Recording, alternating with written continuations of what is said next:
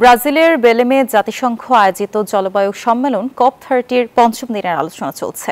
আজকের আলোচনায় শিল্প, পরিবহন, বাণিজ্য, অর্থায়ন, কার্বন বাজার এবং গ্যাস এই 6 খাতে ব্যবস্থাগত রূপান্তরের উপর বিশেষ গুরুত্ব দেওয়া হচ্ছে।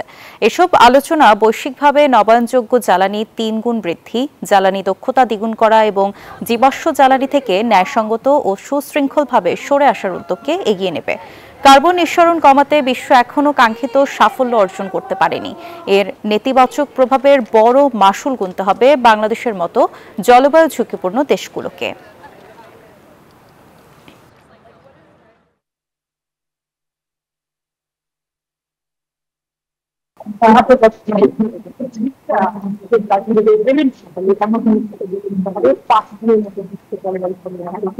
এখানে বাংলাদেশের বাংলাদেশের অর্থাৎ জলবায়ু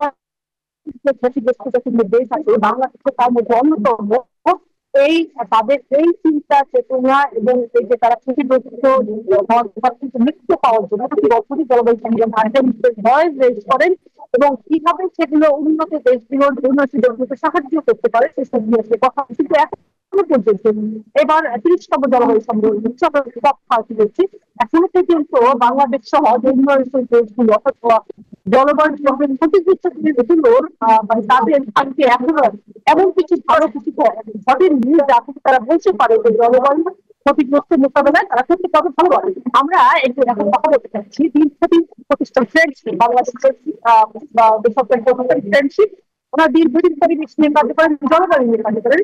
সেই প্রতিষ্ঠানের সিনিয়র ডিরেক্টর আপনি তো বাংলাদেশের প্রতিনিধি হয়ে এখানে আসছেন এবং দীর্ঘদিন কাজ করছেন। বাংলাদেশের পাওয়াটা এবছরের প্রতিনিধি সহজভাবে জলবায়ু প্রভাবিত করার ক্ষেত্রে ক্ষতিগ্রস্ত হিসাবে ভয়েস রেজ করার ক্ষেত্রে আপনাদের কি পরামর্শ কি করছেন আপনারা সরকারের সাথে আপনারা?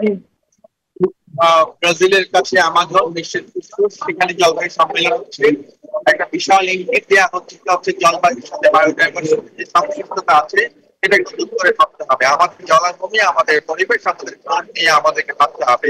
প্রকৃতিকে অবজ্ঞা করা যাবে না, অগ্রাহ্য করা যাবে না। আপনি যে কথা বললেন প্রথমে, আমাদের প্রত্যাশার সংকটে আমরা উদ্বিগ্ন। আমরা বিশ্বের ধনী দেশগুলো যারা আছে তাদের যে কমিটমেন্ট, সেই কমিটমেন্টের দিকে আজ করতে চাই না। আমরা অ্যাকশন জলবায়ু অর্থনীতি কমিটমেন্ট 10% অর্থায়ন হয়নি এবং তাও দেওয়া অর্থায়ন করছে সেটা ঋণের হারে জর্জরিত। আমরা এখনো কোনো আশার বাণী শুনছি না। আগামী 1 সপ্তাহ রয়ে গেছে। আমরা চাই জলবায়ু অর্থায়ন এর একটা ভালো আমরা চাই লস এন্ড ড্যামেজ পরিপূর্ণভাবে কার্যকরভাবে সিভিল তারা এটা পরিচালিত হোক।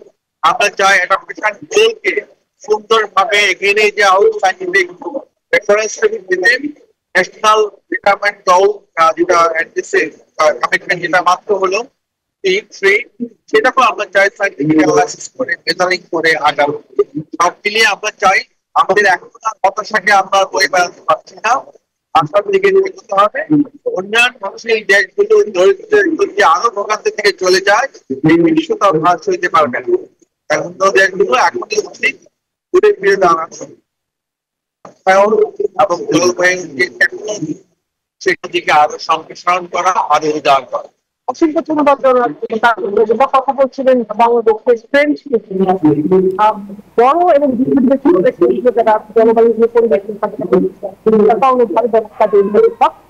শুনছিলেন শুনে যে বাংলাদেশের প্রত্যাশা প্রাপ্তি, বাংলাদেশের যে ভয় করার ক্ষেত্রে একটা সরকারি। অসংখ্য ধন্যবাদ ইয়াসমিন আপনাকে।